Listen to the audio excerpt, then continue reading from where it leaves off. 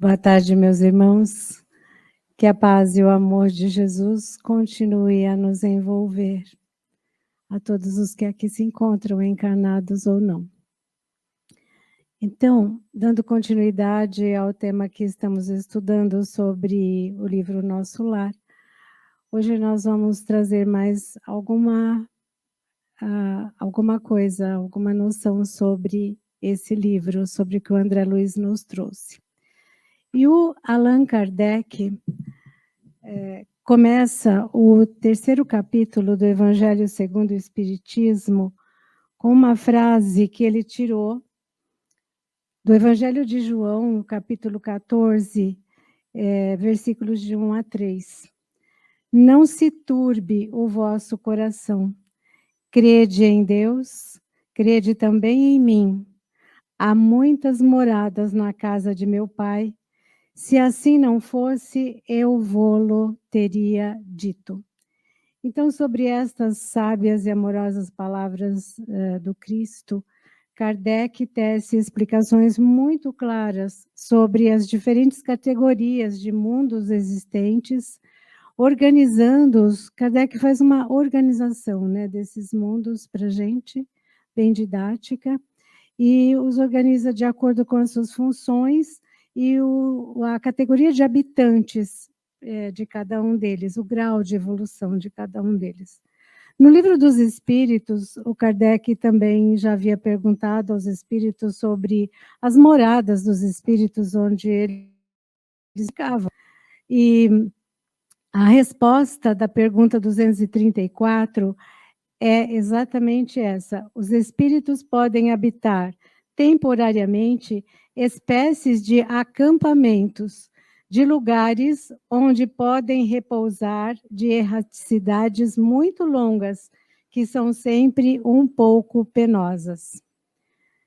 Essa resposta dos espíritos a Kardec não provocou muito buchicho na comunidade espírita e nenhuma associação com um livro que já tinha vindo ao público em 1744, escrito por Emanuel Swedenborg, que foi um gênio assim na época dele, e que de repente começou a enxergar o plano espiritual. Ele disse assim que de repente os céus se abriram para ele e ele começou a ver coisas no plano espiritual. Então, além dos espíritos de pessoas que ele tinha conhecido vivas e que agora estavam desencarnadas, além desses espíritos, ele relata ter visto cidades com casas, com universidades, com pessoas se movimentando, enfim, uma cidade com vida pulsante. Isso em 1744. Depois veio o Allan Kardec, né, que fez as perguntas aos espíritos e tal, como vocês já sabem.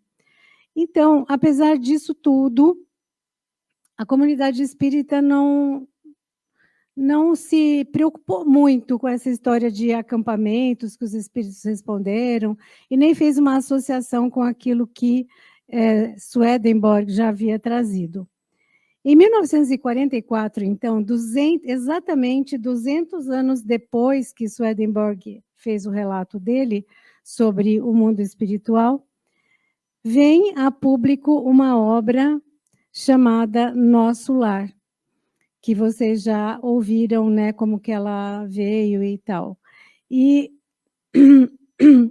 quando essa obra chegou trazendo, ela trouxe, na verdade, uma ideia assim mais precisa sobre o que era o mundo na vida espiritual. Porque, na verdade, eu não sei se alguém já tinha se detido a pensar, mas o que fica fazendo os espíritos, né? Apesar do Kardec ter respondido, aliás, dos espíritos terem respondido a Kardec, parece que não havia uma ideia muito clara sobre essa vida no plano espiritual. E André Luiz chega, então, com essa obra Nosso Lar, a primeira, né, de uma série, como vocês já ouviram falar aqui, e vem mostrar para a gente que nós, verdadeiramente, continuamos a ser, do outro lado depois da nossa passagem para o plano espiritual, exatamente aquilo que nós éramos aqui. Então, nós vamos desencarnar e vamos continuar sendo o que nós somos, fazendo o que nós fazemos, pensando o que nós já pensávamos aqui encarnados. Não há mudança. A única coisa é que nós vamos nos juntar com outros indivíduos que têm a mesma frequência vibratória que nós, e aí nós vamos formar esses agrupamentos, esses acampamentos, como disseram os espíritos na resposta da pergunta 234, e também o André Luiz nos traz uma ideia sobre aquilo que ele chamou de colônias espirituais. Mas, no primeiro capítulo do livro, André Luiz começa contando sobre o lugar em que ele se viu após a morte do seu corpo e onde ele permaneceu por alguns anos, por um tempo. Ele conta que não foi uma experiência nada fácil, foi uma experiência difícil, dolorosa mesmo, nesse lugar que mais tarde ele soube era conhecido por umbral. Era um lugar lúgubre, ele descreve, sombrio, como se a luz do sol estivesse encoberta por espessa neblina. Era lamacento, quase sem vegetação.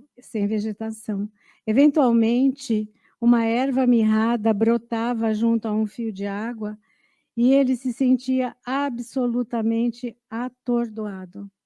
Ele estava assustado, tinha medo, sem compreender onde estava, como e por que fora parar ali naquele lugar, em meio a seres que o maltratavam psicologicamente e que, como ele, perambulavam sem trégua, indefinidamente e sem saber para onde, com um único traço comum entre eles, que era um grande sofrimento. O que levou esses espíritos a se aglomerarem no mesmo espaço? Podemos nos perguntar, até já falei alguma coisa ali atrás. E a resposta é pura e simplesmente a sintonia de que no futuro as nossas palestras, a continuidade do estudo, tratará melhor. Houve, porém, um momento em que André Luiz foi resgatado dali, foi levado para receber os primeiros cuidados específicos, né, e tão esperados por ele. A partir daí, ele começa a descobrir e ficar encantado com o que ele vê, com o que ele encontra no plano espiritual. E ele conta para a gente sobre esse lugar em que ele se encontra então, né, agora, sobre que o seu novo amigo e o seu fiel cuidador vai lhe proporcionando aos poucos. André Luiz descreve, então, uma cidade, uma verdadeira fortaleza situada na terceira faixa fluídica sobre a cidade do Rio de Janeiro, faixa essa definida como a periferia do umbral. Eu trouxe aqui do livro, esse livro que me ajudou bastante na composição do tema de hoje, é o Cidade no Além. Ele foi escrito por Egorina Cunha, com o apoio do Francisco Cândido Xavier e orientado pelos espíritos André Luiz e Lúcius. Vocês sabem que o Chico foi levado a essa cidade, né, por André Luiz, para dar credibilidade a tudo aquilo que o André Luiz estava escrevendo. Então, eu vou mostrar para vocês, não sei se isso vai ficar claro na gravação, mas para vocês que estão aqui, acho que vai dar para ter uma ideia, para quem está aqui na minha frente. Vocês conseguem ver aí? Professora tem sempre esse costume, né? Quer mostrar o fato ali. Então, essa faixa marrom, vocês estão vendo o planeta desenhado em azul, isso são desenhos da dona Egorina, tá? O planeta desenhado em azul, e essa faixa marrom aqui, toda ela é um umbral, nos seus diferentes estágios. Na periferia do umbral, quer dizer, bem na borda do umbral, fica a cidade Nosso Lar. sobre, então, a cidade do Rio de Janeiro. Ela foi fundada por espíritos portugueses que desencarnaram no Brasil no século XVI e que, claro, tinham um ideal muito elevado, que era de amparar os desencarnados, né, e cuidar deles, para que não ficassem ali perdidos numa situação de grande sofrimento, sem o socorro devido. E o que eles usaram como material para construir essa cidade? Eles usaram energia, pensamento e vontade. Eles fizeram essa cidade num formato de uma estrela de 6 pontas, que é isso que eu acredito vocês estão podendo ver aqui. Essa estrela de 6 pontas são 2 triângulos, né, entrelaçados. No centro, aqui nesse círculo, está esse grande prédio, que é onde fica a governadoria de todo o sistema Nosso Lar. É aí que fica o governador. Em cada uma dessas colunas, que eu espero vocês consigam ver aí, fica localizado um dos ministérios que auxiliam o governador a comandar todo esse complexo de Nosso Lar. Então, a cidade, pela descrição de André Luiz, é maravilhosa, porque, primeiro de tudo, ela é cheia de plantas. Então, ela é cheia de bosques, de árvores, de bancos ao redor dessa praça circular. Existem muitos bancos, porque as atividades públicas, dirigidas inclusive pelo governador, são na praça. Então, ela tem os bancos, aí ela tem esses azuizinhos aqui, que eu estou apontando com a ponta do óculos, são fontes luminosas. E entre elas e entre os bancos, canteiros floridos. Depois vocês veem aqui nas pontas da estrela, são residências dos funcionários dos ministérios. Essas residências são públicas, de maneira que se você trabalha num ministério e você muda de trabalho e vai para outro ministério, você devolve aquela casa e muda para outra. Entenderam?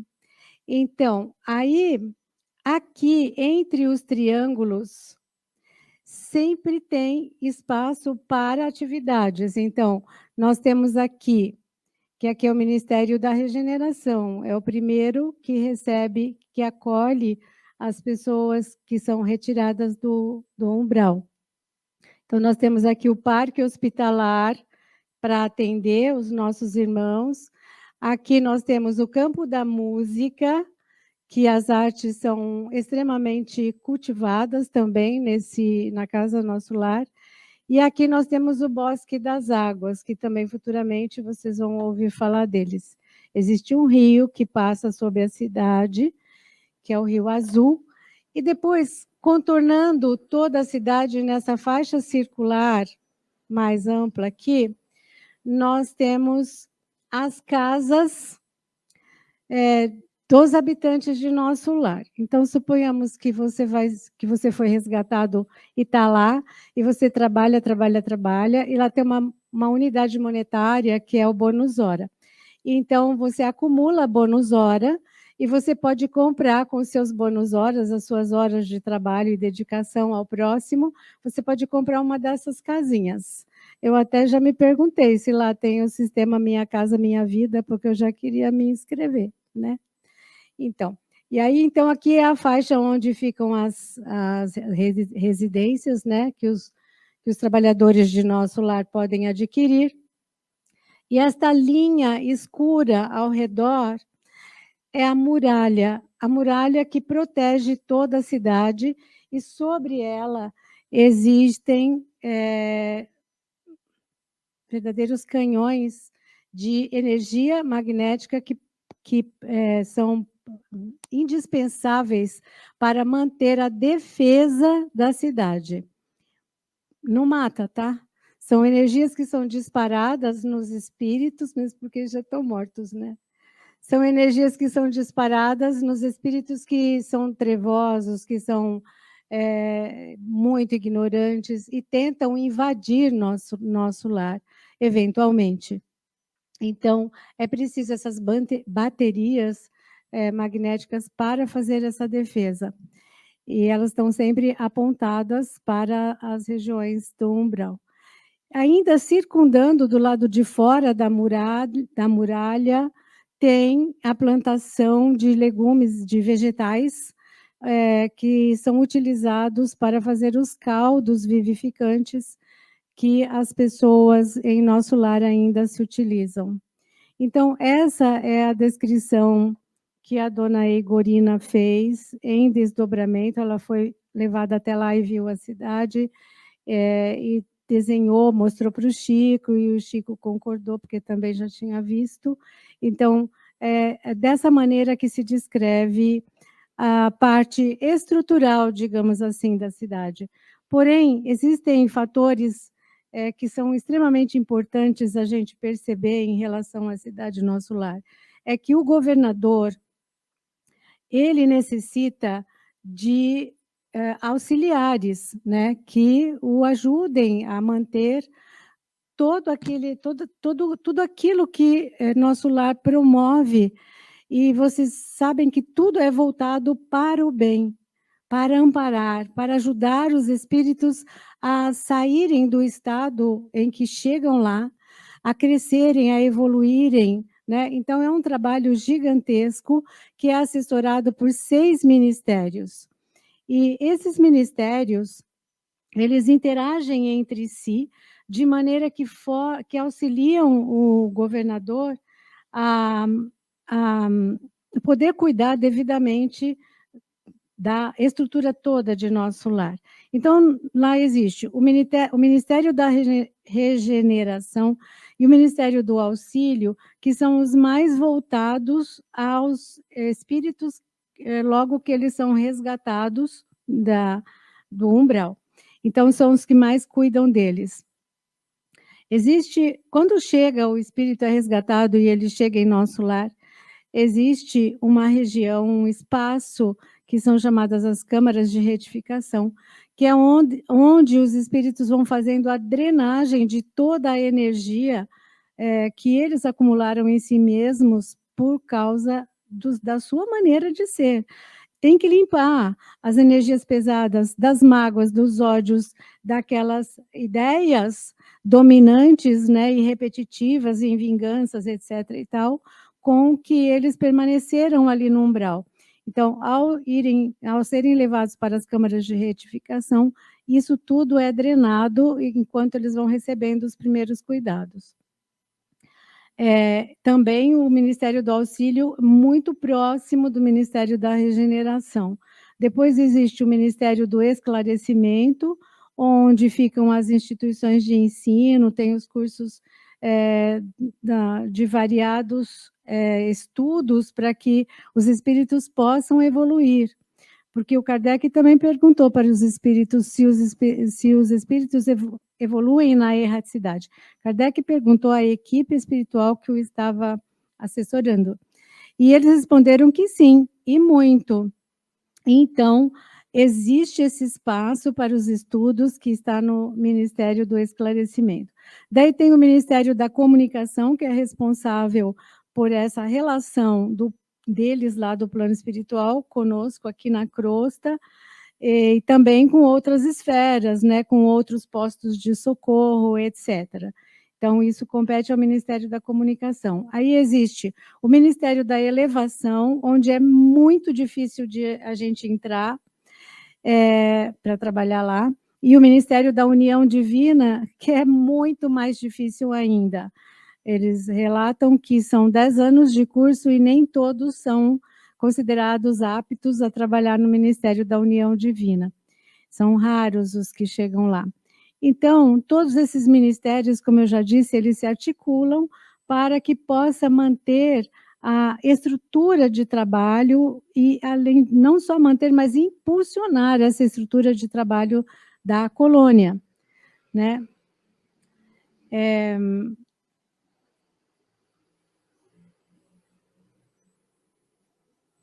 Nós precisamos lembrar, gente, que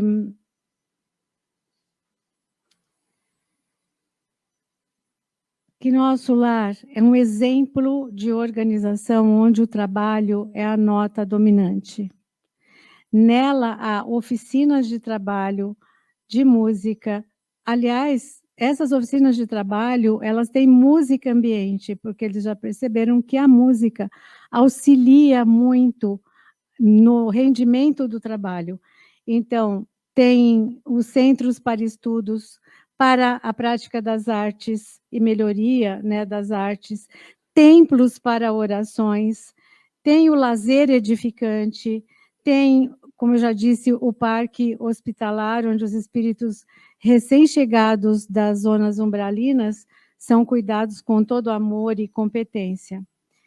Então, de maneira que cada célula de cada ministério de nosso lar é uma célula viva e pulsante de atividade e competência que, onde, melhor dizendo, onde as pessoas vão trabalhar de acordo com aquilo que realmente mostram saber fazer. Não tem nepotismo, tá? Não tem assim, ele é meu filhinho que acabou de chegar, sabe fazer tal coisa, eu quero que ele trabalhe no ministério tal. Não tem isso. É competência pura. E a exemplo do governador, que nunca para de trabalhar, ele não aproveita nem as folgas dele para si próprio. Na folga dele, ele costuma ir ao Ministério da Regeneração, onde tem mais trabalho, maior número de problemas a serem resolvidos, e vai se reunir com os ministros. Cada ministério tem 12 ministros. Ele vai se reunir com os ministros para ajudá-los a resolver os problemas, e, além disso, ele ainda acaba passando nas câmaras de atendimento e vai atender, vai ajudar, vai cuidar dos espíritos mais necessitados que ali se encontram. Então, por aí vocês veem o nível de evolução espiritual desse espírito, e vocês vão ver durante o desenrolar dos temas sobre nosso lar, quanto ele teve que batalhar em algumas ocasiões, quanta paciência ele teve para poder deixar nosso lar na estrutura com que André Luiz encontrou e relata para a gente. Então, é um espírito exemplar, né, na condução dessa tarefa. O trabalho em nosso lar é extremamente organizado. Então, equipes e mais equipes e mais equipes socorristas estão sempre saindo em direção ao umbral nas suas diferentes faixas para socorrer o espírito que apresente um mínimo desejo de melhoria. A menor condição é aproveitada e eles resgatam e levam para o umbral. E isso não é feito assim aleatoriamente. Hoje é dia de ir lá no umbral buscar gente que está sofrendo. Não é por aí. São equipes extremamente organizadas, então tem aqueles que vão fazer o resgate, retirar as pessoas daquele lugar, daquela situação dolorosa em que eles se encontram, tem os que os recebem nas macas e que ficam ali cuidando, tem os que orientam quem já pode ser levado para o portão de entrada e já vão se dirigir às câmaras de retificação. Então, é uma organização em sistema de hierarquia mesmo, por capacidade de cada um, de cada grupo. E sabe-se que quanto mais desperto está o espírito, mais desejo de trabalhar no bem ele tem. Então, a comunidade de trabalhadores de nosso lar é sempre muito grande, muito viva.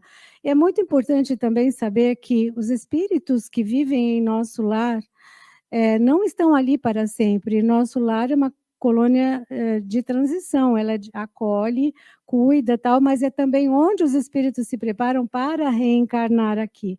Então, a vida lá é pulsante e tudo mais, mas é muito semelhante à que nós levamos aqui, com a diferença que está no plano espiritual e nós estamos num plano mais físico. Porém, é sempre muito bom lembrar que o espiritual vem primeiro, tá? Eles não copiaram da gente. Primeiro, a ideia e tudo mais acontece no plano espiritual. e depois ela, então, é trazida e se manifesta na matéria.